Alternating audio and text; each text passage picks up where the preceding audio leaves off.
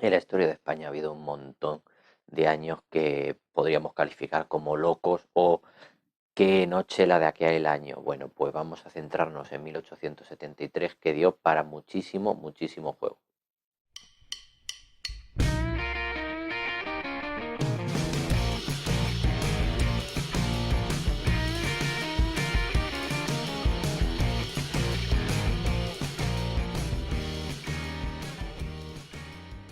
Bueno, lo primero es pedir disculpas por no haber editado vídeo de la semana pasada, pero es que estamos en plena semana de exámenes, preevaluación, entonces es que no doy abasto, entonces no pude encontrar un hueco para poder hacer un vídeo medianamente digno, editarlo, subirlo y demás. Entonces esta semana volvemos a subir vídeo, vamos con ese 1873, vamos a ver ese año cantonal y republicano, a ver qué pasó en nuestra querida España. Un seguidor me ha pedido que haga un vídeo sobre el cantón de Murcia o cantón cartagenero, más propiamente dicho. Dile tú a uno de Cartagena que es murciano o a un murciano que es cartagenero, que no es que haya muy buen rollito entre ellos.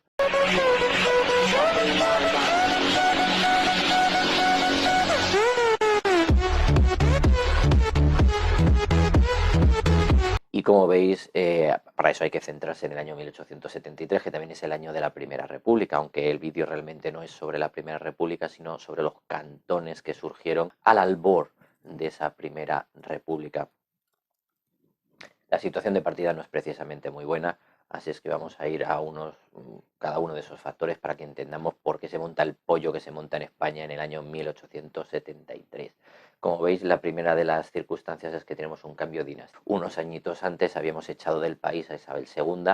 Recordar que no es que el país sea, desde mi punto de vista, ¿vale? No es que sea republicano, sino que les cogemos asco, odio o lo que sea a un determinado del rey, patada, pero luego en cuanto nos vuelve otro nos encanta, nos maravilla, cómo te echa de menos, cómo no te puedo querer.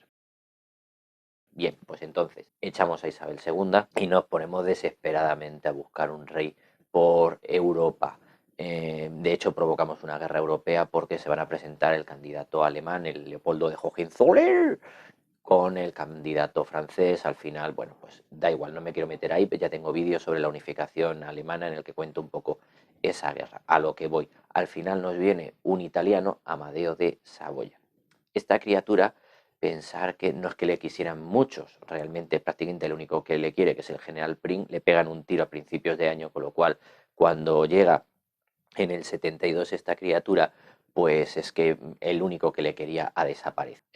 Tiene un reinado corto y poco afortunado, porque tampoco es que tuviera muchas luces Amadeo de Saboya. Era italiano, desconocedor en gran parte de la cultura, de la tradición, de la problemática española. Para que os hagáis la idea, le pasean por las calles de Madrid, le enseñan el barrio de las letras y le dicen, mire, esta es la casa de Miguel de Cervantes. Y el tío, bueno, pues aunque no ha salido a saludarme, igual algún día voy yo a verle a él. Entonces, lleva 2 siglos muerto. En fin, esta criatura a principios del año 73 dice, mira, que os den porque yo me vuelvo a Saboya, porque no os entiendo, porque no me queréis, aquí yo no pinto nada, ese es el cambio dinástico, y nos quedamos sin rey. A principios de febrero más o menos de 1873 se nos larga este buen hombre y es cuando se va a proclamar la Primera República, pero eso lo vemos después. Más factores en la Thermomix de la historia, movimientos sociales que están empezando a surgir. Ya hemos tenido en Europa pues la Primera Internacional, hemos tenido sindicatos, movimiento obrero, y en España pues también, principalmente radicado en donde la zona es más industrial, como puede ser la zona catalana, por la industria del textil, o incluso el anarquismo en el campo español. Entonces ese movimiento va increciendo porque la situación de los pobres cada vez es más desesperada y van a empezar a luchar por sus derechos o mejorar su situación actual. De hecho, van a aparecer partidos propiamente de izquierdas que hasta ese momento no teníamos y empiezan a defender esas posiciones. O el si no se puede por las buenas, lo vamos a conseguir por las malas. Vale, más, sigo. Problemas en Cuba. Pues nuestra querida isla, recordar que en estos años ya solo nos queda Cuba, Puerto Rico, Filipinas, no nos queda más de nuestro imperio, todos nos ha sido emancipado. Bueno, pues en Cuba va a haber varios movimientos rebeldes intentando buscar la independencia de la isla. por varias razones. Consideran que principalmente que no son bien tratados por España.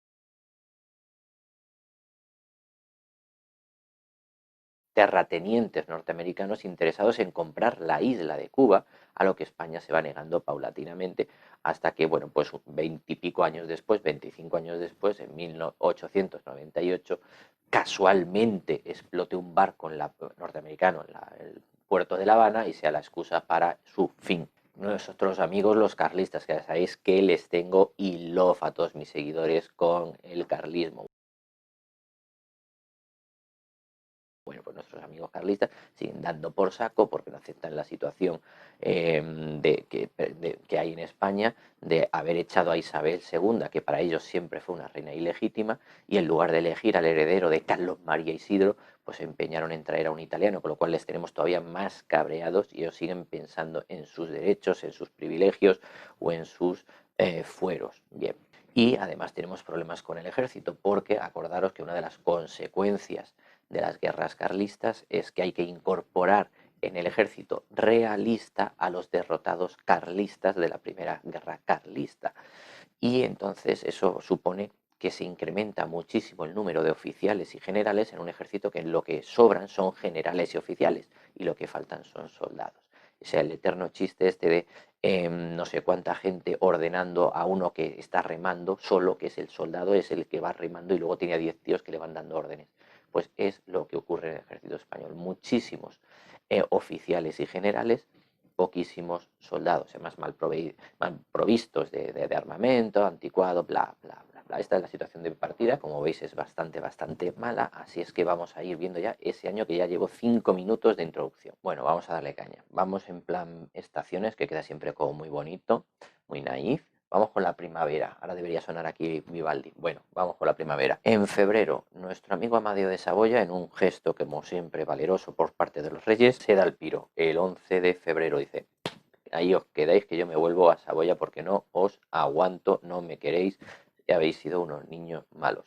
Automáticamente los políticos que hay en el Congreso lo que hacen es proclamar la República, porque se ha intentado con los Borbones, a Isabel II la hemos largado, se ha intentado con Amadeo, lo hemos largado, o se ha largado, o lo hemos largado entre todos se murió. Así es que vamos a intentar la República, que todavía no la habíamos probado, Primera República. Bien, ¿quiénes son los máximos defensores de esa República? Pues gente que considera que en la República va a encontrar lo que no ha encontrado en la monarquía, obviamente, y dentro de esa gente, lógicamente, los regionalistas, entre ellos los catalanes. Por eso el primer presidente de esta primera república será Stanislas Figueras, un catalán que va a liderar este movimiento republicano. Aquí, ya os digo, el vídeo no es sobre la primera república, es sobre el año 1873, que coinciden en el tiempo, pero yo me quería centrar en el tema cantones. Voy. ¿Realmente hay republicanos en España? Pues seguramente no. Lo que hay es gente cabreada con los Borbones, cabreada con Amadeo, pero que seguramente si tú le das un rey que sea medianamente normal y no esté tarado, lo van a abrazar. Primera República, Estanislao Figueras. Va a haber un debate, porque claro, una vez que proclamamos la República hay que redactar una nueva constitución. Ya sabéis que en el siglo XIX en España las constituciones venían a durar entre 2 y 3 minutos, entonces cada vez que cambian las circunstancias hay que redactar una nueva constitución que dé soporte legal a la nueva situación. Así es que una nueva constitución, ahí redactando pim pam, y el debate es qué España republicana queremos. Habrá, digamos, republicanos que piensan que se debería volver a los reinos históricos, pues reino Castilla, reino no sé qué, y eso con unas determinadas competencias. Y hay otros republicanos, digamos, más radicales, que lo que buscan es el modelo suizo cantonal. Es decir, vamos a hacer en lugar de grandes reinos medievales, vamos a irnos a provincias que ya desde el ministro Burgos, en 1830 y poco, ya teníamos más o menos las mismas provincias que tenemos en la actualidad. Es la división provincial actual bebe prácticamente el 70, el 80, el 90% de esa división que ya hizo el ministro Burgos a principios de los años 30 del siglo XIX. Así es que hay ese debate. ¿Qué queremos? Grandes reinos históricos, pequeñas provincias. En ese debate pues se termina proclamando el 8 de junio la República Federal.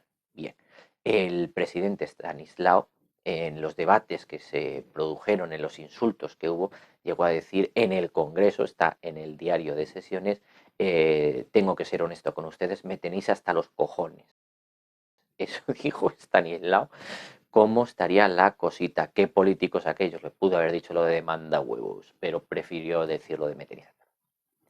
Entonces, en un acto también para que veáis que en cuanto uno pisa moqueta se vuelve súper monárquico, Stanislao, que estaba, como os acabo de decir, un poquito cansado de las circunstancias, dijo, me voy a dar un paseo porque necesito airearme, y se fue andando desde el Congreso de los Diputados hacia el Retiro, pues para airearse, para sosegar la cabeza, tomar sus decisiones, y siguió cuesta abajo hacia Atocha, porque le pedía al cuerpo bajar una cuesta, porque siempre es reconfortante bajar una cuesta, ir a favor de corriente, y ya que estuvo en Atocha se cogió un tren y se fue a París, y no volvió. O sea, yo creo que el concepto este de me voy a por tabaco y no vuelve lo inventó Estanislao Figueras, héroe de la Primera República, que ya veis lo que hizo por el país. ¿Vale? Bueno, pues acabamos con la primavera, nos vamos al verano. Nos vamos al verano, volvería aquí a sonar Vivaldi. Perdonad que cada vez hago la letra más pequeña, no me doy cuenta de estas cosas. Bueno, como luego os lo leo, pues por lo menos que lo podáis entender. Hablando de entender, hay que entender todo este movimiento cantonal que vamos a ver, que fijaros que empieza realmente en Sevilla, pero que es que en cuestión de un mes teníamos ya 32 provincias levantadas, 32 provincias levantiscas ya, seguramente por la inestabilidad, por el vacío de poder, por el hecho de no tenga un Borbón como rey. Me han mandado un italiano que ha durado un año. El presidente de la República ha durado nada, 2, 3 meses. El segundo presidente de la República va a durar un mes. El siguiente presidente, el siguiente presidente de la República, pues 3/4 de lo mismo. Entonces, ante semejante vacío de poder y con la herencia que teníamos los españoles de las juntas de defensa de la guerra de independencia, es decir, los españoles ya con la invasión francesa, 1808, durante 6 años nos habíamos autogobernado en función a pequeñas juntas de defensa capaces de administrar las regiones, pues ya había cierta experiencia en ser relativamente federalistas o independientes y capaces de autogestionarnos sin ser centralistas en Madrid. No sé si me explico. Entonces, el caso es que se va a proclamar presidente a Pi Margall, otro catalán, gracias a que ya hemos visto que Figueras se había dado el piro camino de París. Aprovechando, ya os digo, este vacío de poder, esta inestabilidad política, este sálvese quien pueda, los sevillanos, no catalanes, vascos, no, los sevillanos el 30 de junio dicen que se proclaman independientes, que son una república social. Vale. Automáticamente pasamos a julio y ya en Alcoy, el 9 de julio, les siguen el juego a los sevillanos y dicen, bueno, pues yo también me autoproclamo en República Independiente. Aquí todo el mundo con el felpudo de Ikea en la puerta de casa. Y el 19 de julio los cartageneros se proclaman independientes, que era el objeto del vídeo de hoy, los cartageneros. ¿Por qué es tan importante el cantón de Cartagena? Porque en Cartagena hay una base militar de 3 pares de narices con todas las fragatas del mundo mundial allí. Barcos buenos, de los pocos que tenía, o de los muchos que luego se mofen en España, y estaban fondeados en el puerto de Cartagena. Claro, no es lo mismo que tú te subleves en un pueblo donde lo que le puedes tirar a las fuerzas del orden es un botijo, a que te subleves en un sitio donde hay fragatas. Ahí aparecerá el diputado Antoñete Gálvez, que es el que consigue convencer a la marinería que se sume a este movimiento cantonal, vamos a independizarnos, vamos a ser independientes, bla, bla, bla. Liberan a los oficiales, les dejan irse y tal, porque lo que les importa es quedarse con los barcos. Ojo que esto tiene sus riesgos, porque si los que saben mandar los barcos se dan el piro, los que se quedan con los barcos no dejan de ser marinería, que no son expertos oficiales. Pero bueno, todo tiene sus consecuencias. El caso de la bandera, claro, pues se quieren proclamar independientes, hay que poner una bandera. Pues venga, ponen la bandera roja, que va a ser la que identifique, y hoy en día sigue identificando la región de Murcia. ¿Cuál es el problema? Era muy pequeña, entonces necesitaban una bandera más grande, y entonces no tenían ninguna bandera grande. Entonces se encuentran por ahí una bandera turca, apresada de vete todo a saber qué siglo, y entonces tienen que teñirla para tapar la media luna verde, porque queda feo independizarte el rollo tal, y tú con una bandera turca. Bueno, pues esas cosas pasaban en España. Se van a quedar con las fragatas y se dedican a hacer literalmente el pirata, es decir, como tienen fuerza de choque, se dedican a ir por los puertos de España reclamando dinero. Necesito dinero para este movimiento cantonal, para reclutar un ejército, para luchar. Todo esto el Antoñete la estaba liando, era todo el que lo estaba liando. Entonces se cogía su fragata, se movía para arriba, para abajo, hacia Almería, hacia Alicante, por los puertos, con sus fragatas, diciendo, oye, únete al movimiento cantonal. Por cierto, necesitamos dinero. De hecho, en Torrevieja se les llegó a ofrecer, que había por allí una mujer que se sublevó también, se sublevaron y dicen, mira, tenemos aquí 70.000 reales del dinero que producen las salinas que tenemos aquí, pues venga, para el movimiento cantonal. Bien, ¿qué es lo que hace Madrid mientras tanto? Pues declara insurrectos a esta gente y a las fragatas las declara piratas. Por lo cual, cualquier país del mundo que se encuentre con una fragata con una bandera roja, a por ellos porque son piratas. Y les va a pasar continuamente, porque ellos se van a mover por todo el levante español, fragata arriba, fragata abajo, y cualquier barco que pasaba por allí, ingleses, alemanes, realista de los españoles, a por ellos porque han sido declarados ilegales, han sido declarados piratas y todas las naciones tienen derecho a hundirlos si hace falta. Ese es el movimiento con este cañete para arriba, para abajo. Y de esta manera llegamos al mes de agosto, ya os digo, con 32 cantones por España, con ese cañete moviéndose hacia Alicante y hacia Almería, incluso llegando a Málaga para reclamar ese dinero para el movimiento cantonal. A veces conseguía dinero, a veces no. Y vamos a ver cómo termina esto ya en el otoño. Bueno, terminamos el vídeo con la parte del invierno. Ya sé que octubre está en otoño, es simplemente porque decir que durante todo este periodo vamos a tener continuos enfrentamientos entre esas fragatas y los que las atacan, que el presidente de esta Primera República ya es Castelar, desde septiembre ya tenemos a Castelar, el cuarto presidente en tan pocos meses, lo que nos da un poco la idea de este caos de Primera República, que operativamente un problemón tremendo, y que se va a demostrar lo que ya he dicho hace unos minutos, que cuando tú a esas fragatas cartageneras le quitas los oficiales y sus generales, pues lo dejas en manos de la gente menos experta, y el ejército de Madrid legítimo sí que tiene generales con experiencia, muchos de ellos monárquicos, la inmensa mayoría de ellos monárquicos, y que van a luchar por el centralismo del país, por la tranquilidad, por la coexistencia, o llámale el orden, que esa es una palabra que gusta mucho en los medios castrenses, ¿no? Por el orden en el país. Así es que es una guerra entre gente que tiene muy buenos barcos pero muy inexperta, con gente que tiene muchísima experiencia y no tiene tampoco malos barcos. Final, aunque va a haber un montón de batallas en el medio terrestre, por ejemplo una en Chinchilla, donde fueron ampliamente derrotados los cantonalistas, tuvieron 500 muertos y demás, poquito antes de octubre o en torno a esas fechas.